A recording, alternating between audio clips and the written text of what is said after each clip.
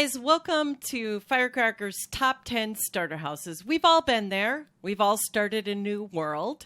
And sometimes you get involved in things and you don't get a house built, or, that's not your number one priority. But I'm going to show you my top 10 starter houses and, why I think they're my top 10.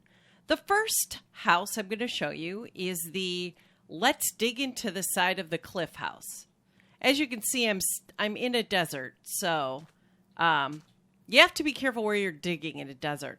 But I just dug into the side of this hill here, and this is my house. I am in the desert, so I did have sand on my bar. So, and there's also a forest over there, so I had enough to make charcoal. I've got the crafting table. Oh. I got the crafting table right there, my furnace right there. And then, once you're in here for the night, you can start making it look pretty. There's no reason you have to live in a just solid stone wall. You can polish the sandstone, you can make stairs, you can do all the things. I like having this window here because actually what I probably would do is I would probably block the door for the night, and that way it lets you see if there are mobs coming. So that's starter house number 1 in the side of a mountain. One of my favorite kinds of houses are the, oh, I found a cave house, but it's also a, oh crap, I found a cave house, because you have to worry about the mobs getting out. It's fairly simple. Just have some dirt on your hot bar. But then, while you're at it, you might as well make it pretty. Add some little details of wood, stairs, recessed lightings up in there. I've got a little space for a bedroom. Make it look nice. Yes, you're just living inside a cave, but you can also make it nice. So that's my number 2 starter house. My third starter house is one of my favorites. I used to do this a lot when I first started playing. It's the mushroom house. So, you just dig under a mushroom that's very close to the ground and then use that as your base. I did baby zombie proof it. Sometimes I just leave it open and then just deal with baby zombies if they come. But I figured I'd make it look kind of nice. Got the crafting table. We've got our furnace here. We've got it kind of, a little bit more jazzy than normal. Made some wood stairs and stuff. And I like this thing because it not only protects you on top, but you can use it to mine underneath. Probably at night I would put a block here to block anything from coming in. My fourth starter house is the treetops. Usually I find a place that doesn't have a lot of access to the treetops and come up there, look around, and find a spot to put the house, because things can't spawn on leaves. So you want to put it away, as far away from a spawnable area as possible. And then just like the other ones, you don't have to do this, but it might be nice to actually make your base look a little bit more than just a furnace and a crafting table on top of a tree. I've lit it up, although I don't really need to, because these are half slabs on the bottom and nothing can spawn on them. The only thing we need to be worried about is things spawning there and then things spawning on top of those mushrooms. Otherwise, it's pretty clear. You might get some archers on the bottom shooting up at you, but that's, it's fairly easy to duck their stuff. So this is starter house number 4. Here's starter house number 5. I call it open and airy. All it is mostly materials that you can stretch for a ways. So these are all half slabs. Nothing can get in. You can hit not people, but mobs on the outside. I've got my furnace right here. I got my crafting table right there, so you can even stay inside and still hit your crafting table. I did make a door, but, you know, if you've got enough wood to make the half slabs, you should have enough for a door. And then I just went and made it a little, I don't know, prettier by using some of the resources that were in the area and just did a couple of stairs and stuff. And I put a glass skylight in this one as well. Like I said, we're in the desert. We might as well take advantage of being able to make glass right away. Okay, starter house number 6. Especially if you're in the desert, there are times when you find a lava pit open. And what a better place to make a house than open lava, right? I mean, why not? It adds color. It's all lit. You don't have to worry about torches or anything. The only thing you need to do is to make sand in your furnace. I put the crafting table up in the air so no lava could spit up and set it on fire. But pretty much, we're safe here. Nothing can spawn on glass.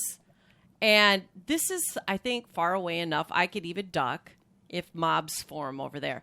But you should get a nice radius of non-spawns because of the light levels of the lava.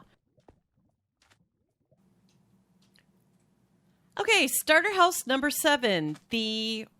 I'm going to use everything that's in my pocket starter house. It's not a pretty one. But this is something you could do if the day got away from you and you really needed to make something. I know I had hay in my pocket because I had hay from the town. I had a chest. I had a piece of wool that was left over from my bed. Found some clay and gravel in the river over there. For some reason, I had trapdoors in my pocket and fence. And then a pumpkin as well. We got the crafting table, we've got the furnace, and we're all set to go. Right, it's not pretty. I realize that, but I mean, maybe you like it. Maybe, you've got a quirky sense of design. I'm sure you can come up with something better looking. Go ahead and tweet it at me if you do. But I kind of like this one because it's just, finding a way to make it work. So, starter house number 8. I call this one the I Love Ugly Blocks house. Oh, yeah. You know those ugly blocks you have in your pocket and you're like, I'm just going to chuck these? Why not use them to make the ugliest starter house you can possibly make? I mean, maybe this isn't the ugliest. Oh, God. It hurt me to build this house. Yeah. Some of my least favorite blocks are in this build. I put the furnace in the door, and I put a crafting table up in the roof. It's hidden up there. But basically, this is just it could be a square, like a starter square house, except for I took it to the next level with these stairs and half slabs and stuff. And, of course, no glass. Why not? Why did I not put glass in this one? Because it's just so pretty. Anyway, the ugliest blocks in my inventory house. There it is. Are you ready for starter house number 9? This is... this is so me. This is the, oh crap, I just made a stack of crafting tables house. Yep. You ever accidentally make a ton of crafting tables? Well, I found a use for them. It's a starter house, right? I mean, then you don't even have to aim anywhere if you want to craft something. This is what it looks like.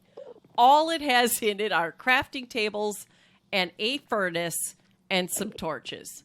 Super simple, super easy, super, super, super me.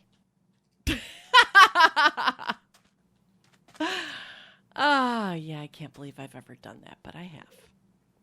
All right, moving on. Okay, we are down to our last house. And I think I counted backwards. I think I should have gone 10, 9, 8, 7, 6, 5, 4, 3, 2, 1. But this is, I think, the most typical starter house for people. It's the dirt hut. But why not elevate your hut to a new level? Literally and figuratively. Oh, you suckwads. Well, here's the lesson we learned. If we're going to be doing this, we should probably light underneath it. Because look at these guys. They're hanging out here underneath my dirt hut. Yep. Right. But anyway, so I made a spiral staircase to get up to the dirt hut, right? Put a door on it. Put some windows on so you can see what's going on. It's actually, you know what? I should have put something there. Maybe another glass block would look good there. There we go. It's got the furnace in the floor and the hidden crafting table in the roof. And I think, honestly, it is a square, but I think it's got some charm with the spiral staircase, the hidden crafting table. I mean, it's not your typical dirt hut. Anyway, I know that these are not typical starter shacks. I mean, you might want to just go all out and make something really, really cool. But I thought we'd have some fun today seeing some different ways that you could, I don't know, add a little more joy, a little more fun, a little more design sense to your Minecraft starter houses. So I think that's going to do it for this top 10. I'll see you on the next one. Bye-bye.